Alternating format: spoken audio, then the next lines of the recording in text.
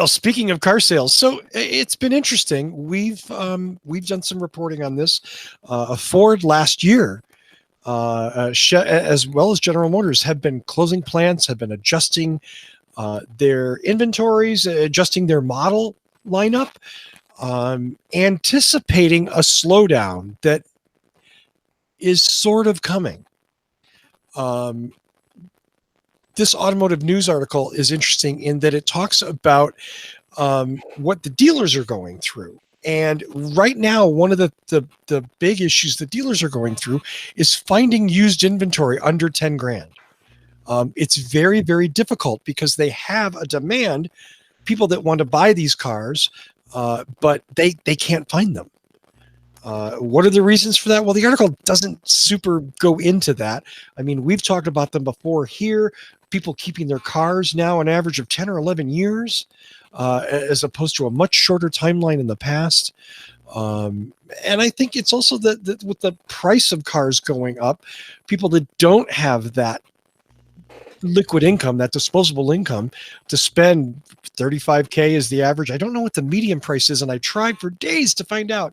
Anybody know? In fact, let me put this call out. If you can tell me and give me a source of what the median price of a new car for sale in the United States is, I would love and respect you forever.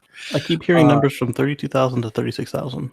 But those are the average numbers, right? Yeah, not average. The median. Oh, sorry. No, that's okay. I mean, but there's a big difference, right? Yes, there is. And that's really what I want to know, because obviously luxury cars skew that. Take out pickup trucks, because some of these pickup trucks are $90,000 now. Absolutely. So it will be interesting to see if the car buying economy, if the car buying consumers as a group slow down buying new cars, and there's this dearth of good used inventory, how that will happen. And this part of this plays into what people like Ford and General Motors think is going to happen in 2019 and 2020, where people are going to be buying certainly fewer sedans, right? I mean, Ford killed almost all their sedans. Ford? Yeah. General Motors? Yeah.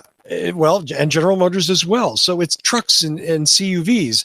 And, the long-term question there is right. The long-term question there is that a good thing, or are they killing themselves by getting rid of something that's been an American mainstay for, dare I say, 80, 90, 100 years? Right. Well, I think it's good that the Chevy Cruze will go away. Yeah. Oh, yeah, I totally agree. Or Hertz, though. Like, what are they going to rent? It's like the Nissan Versa. Yeah. They're going to find old Chevy Cruzes. Yeah. I love that. Right? Hey, you can drive a 95 Chevy Cruze. I don't think they even made it then. Vintage. Yeah. Maybe that'll be the next thing in rental cars. Yeah. So, when I was selling cars in 2008, we had used cars were still big then. And my used car manager at the time, he said that cash for clunkers is going to cause greater than 10 years of disruption in the market. And he was right. You think that was a big reason for this? I think. Yeah, it destroyed a lot of used cars that would be in the market because they were gone. They weren't just traded in; they were destroyed. Right, but that was really low in inventory. Yeah. I mean, nobody took hey, I've got a 3-year-old Corolla with 30,000 miles on it. Right. Yeah, they were real clunkers that they crushed. They were real clunkers, but they were also the cars you could get for $1,000, $2,000, $5,000. Those cars a dirt lot. Yeah.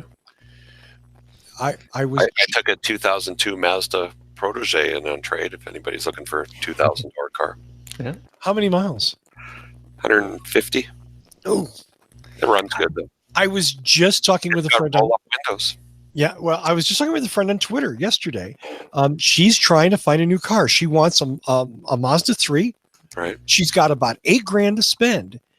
And that means she's either getting something newer than 2007, right, but with 150,000 miles on it, or older than that and maybe around 100,000 miles. Yeah.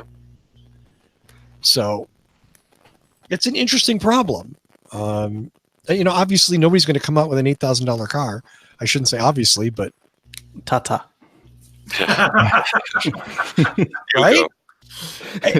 It would be interesting to see somebody. I don't know if it would sell though. Like I would hope not. It Do would they be meet the so safety cheap, standards? ass made that people would be scared to get in it. Yeah.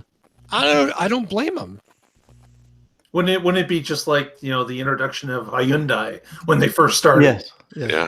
They came in at a bottom basement price to get people in the cars. $49.95, but they had a 5-year, 50,000-mile warranty that covered everything. Yeah. All right. So You know? Tata could do that if they have greater than a 3-star crash rating,